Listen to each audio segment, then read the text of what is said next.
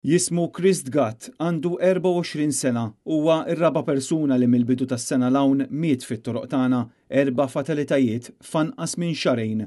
Chris Gatt li kien joqgħod l-imtarfa miet tard it-tnejn filgħaxija meta tilef ħajtu f'inċident ta' traffiku f'Ħalluqa.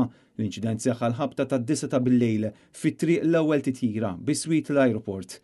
Mill-ewwel investigazzjonijiet li saru rriżulta li l-vittma kien qiegħed isuq vettura tal-għamla BMW meta tilef il-kontroll tagħha bil-konsegwenza il ħabat mal-barrier tas Century Strip u spiċċa ma' struttura tal-konkos fuq il-karreġġjata opposta. Fil-post issejħu minnu fuq il-pulizija, timijiet mediċi mill-isptar u membri tal-protezzjoni ċivili. Sfortunatament, is-sewwieq ġie ċertifikat mejjed fil-post.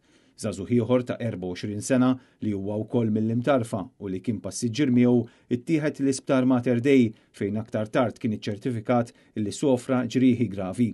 Il-maġistrat Joe Mifsud ħatar inkjesta bl-involviment ta' diversi esperti fil-waqt li l-investigazzjoni tal-pulizija brabta ma' dan l-inċident għadhom għaddejn. Chris Gatt huwa reba persuna li din is-sena tilef ħajtu f'inċident ta' traffiku. Dan wara it-traġedja ta' Alejandro Brincat f'Ħattart, il-mara minn Nepal illi tajret fil-fgura u t-Taljan illi miet barra l-mini tal-Università wara l-iskidja bil-mutur tiegħu.